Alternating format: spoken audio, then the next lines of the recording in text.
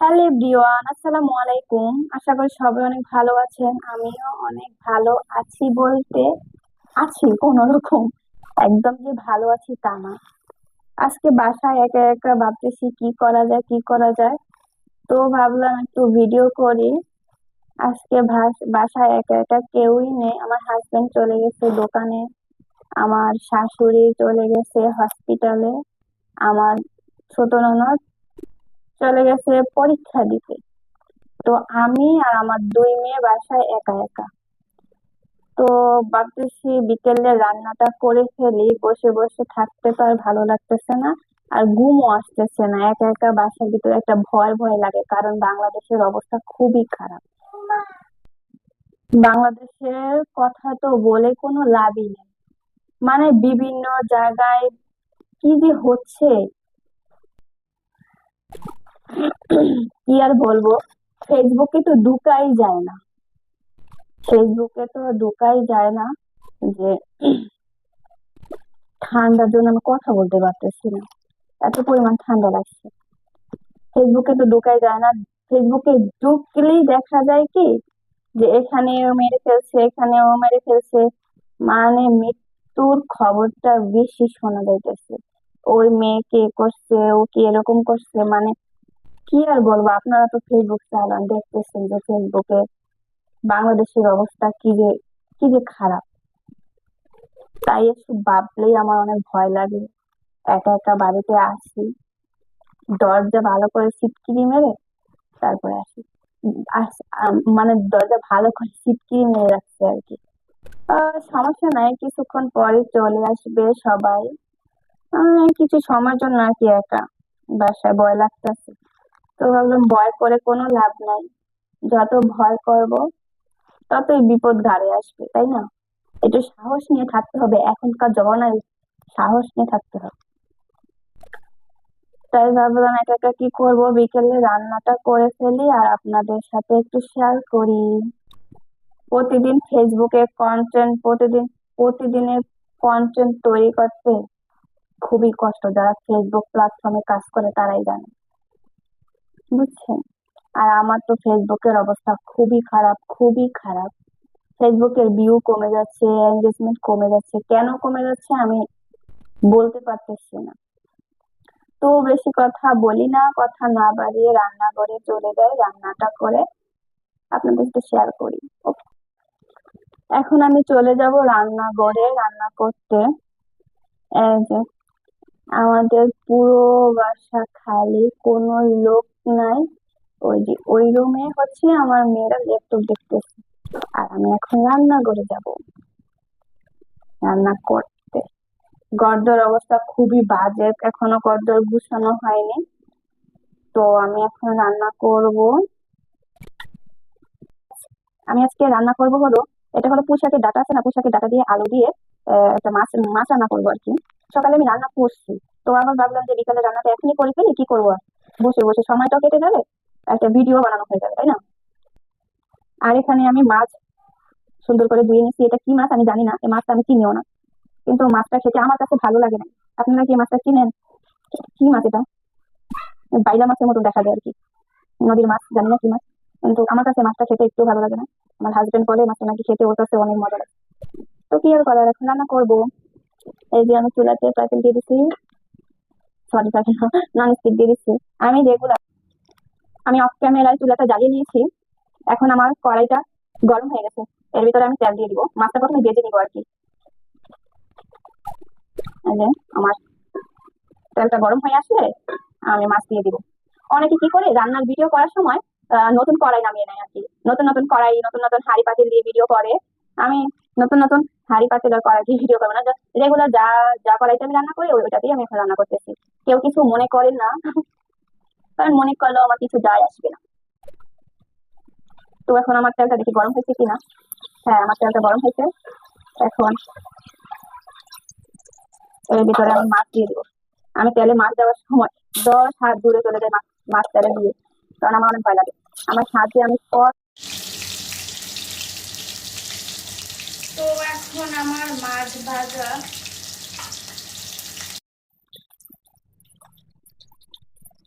তো এখন আমার মাছ ভাজা হয়ে গেছে, এগুলো আমি এখন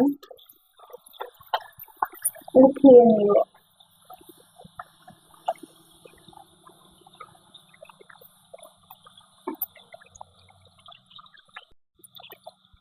অনেকে বলবেন কালো কড়াইতে তারপরে রান্নাঘর সুন্দর না, এসব পরিবেশে রান্না করতেছে।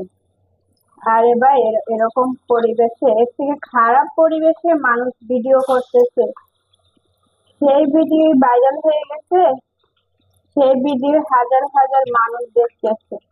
খারাপ আর ভালো তাতে কিছু ম্যাটার করে না, বুঝছেন? নিজের ঢাকা শহরে যে নিজেদের বাসায় নিজেদের বাড়িতে থাকতে পারতেছি, এটাই অনেক, তাই না? অনেকে তো মাসের পর মাস ভাড়া দিতেছে, বাড়ি অনেক টাকা করে ভাড়া দিয়ে বাসা ভাড়া থাকতেছে। আমাদের তো আর ওটা করতে হতেছে না, তাই না?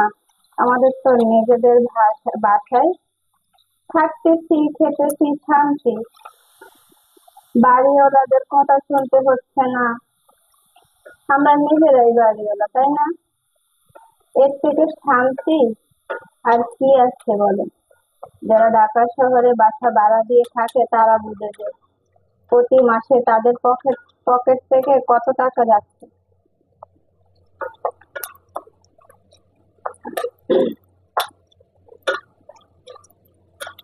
তো এখন আমি ওই মাছ ভাজা যে তেলটুকু ছিল কড়াইতে, ওটার ভিতরে আমি পেঁয়াজ কুচি দিয়ে দিলাম।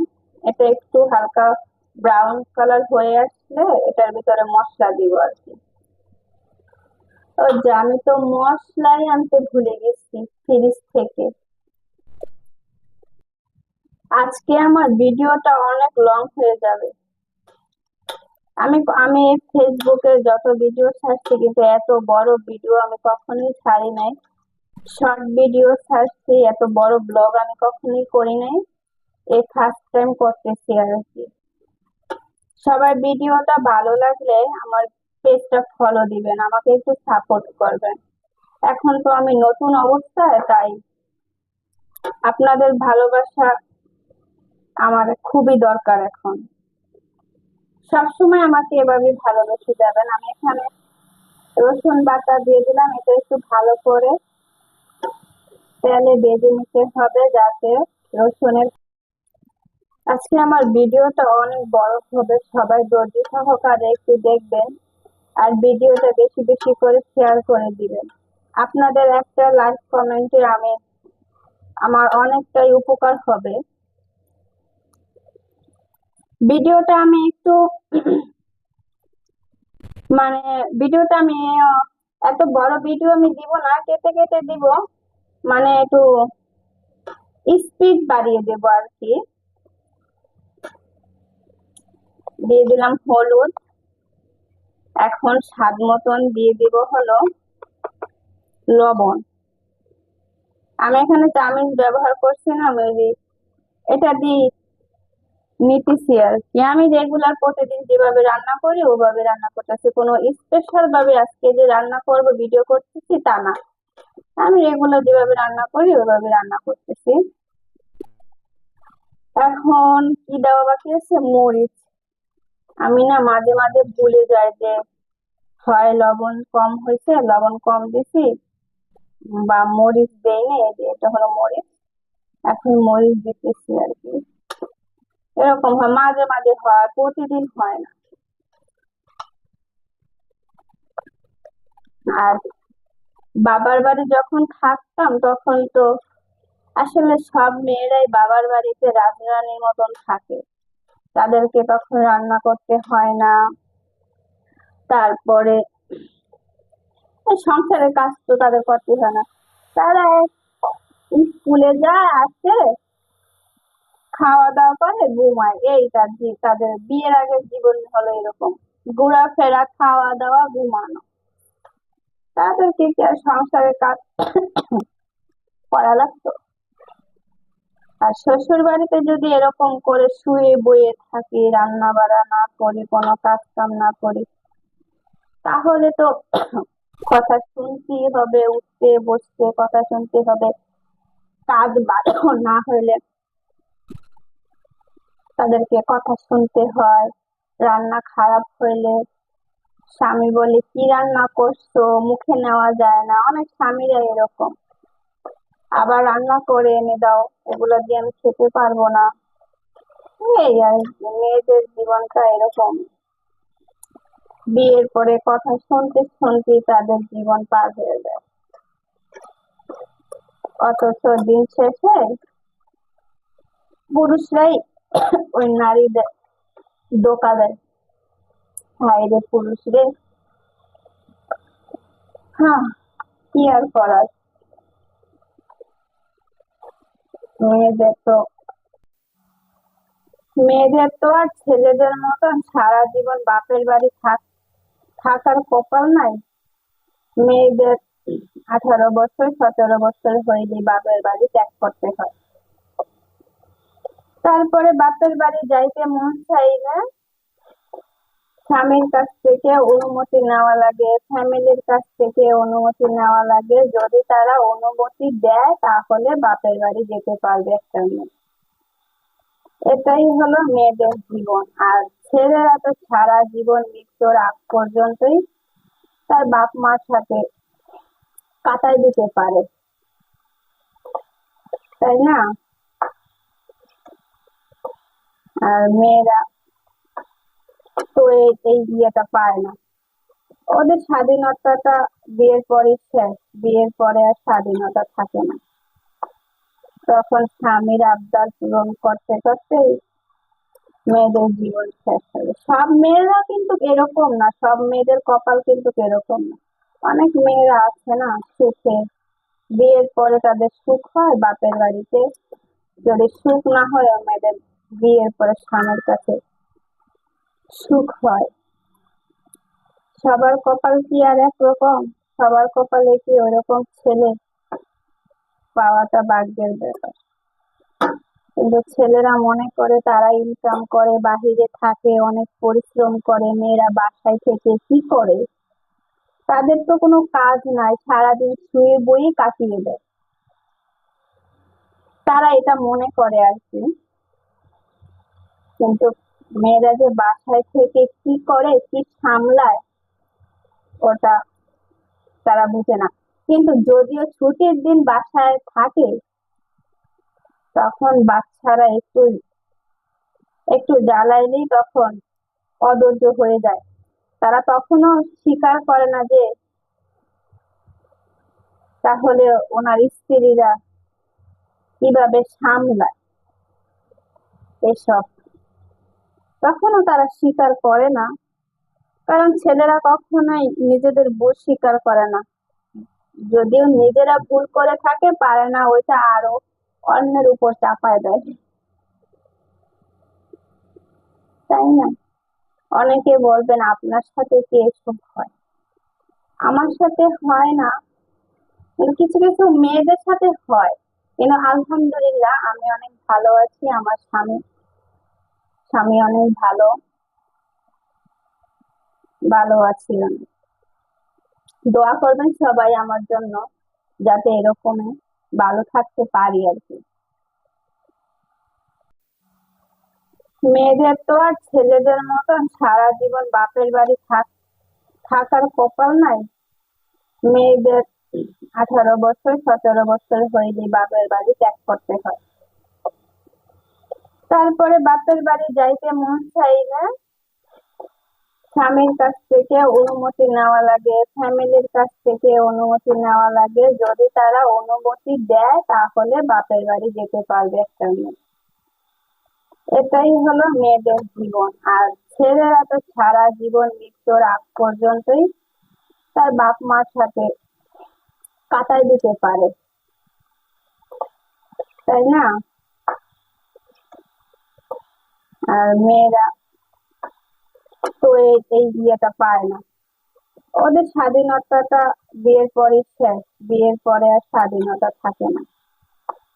তখন স্বামীর আবদার পূরণ করতে করতেই মেয়েদের জীবন শেষ হবে। সব মেয়েরা কিন্তু এরকম না, সব মেয়েদের কপাল কিন্তু এরকম না।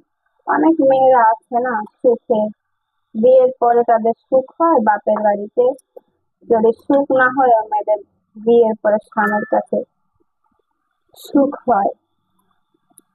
সবার কপাল কি আর একরকম? সবার কপালে কি ওরকম ছেলে পাওয়াটা ভাগ্যের ব্যাপার।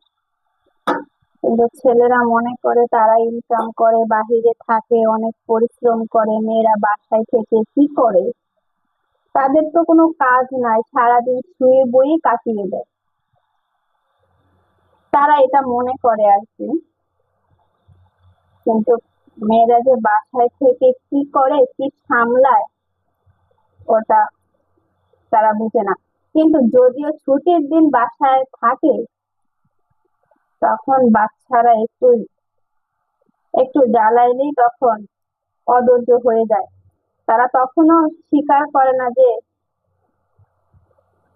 তাহলে ওনার স্ত্রীরা কিভাবে সামলায় এসব, তখনও তারা স্বীকার করে না। কারণ ছেলেরা কখনোই নিজেদের ভুল স্বীকার করে না, যদিও নিজেরা ভুল করে থাকে পারে না, ওইটা আরো অন্যের উপর চাপায় দেয়, তাই না? অনেকে বলবেন আপনার সাথে কি এসব হয়? আমার সাথে হয় না, কিন্তু কিছু কিছু মেয়েদের সাথে হয়। কিন্তু আলহামদুলিল্লাহ আমি অনেক ভালো আছি, আমার স্বামী স্বামী অনেক ভালো,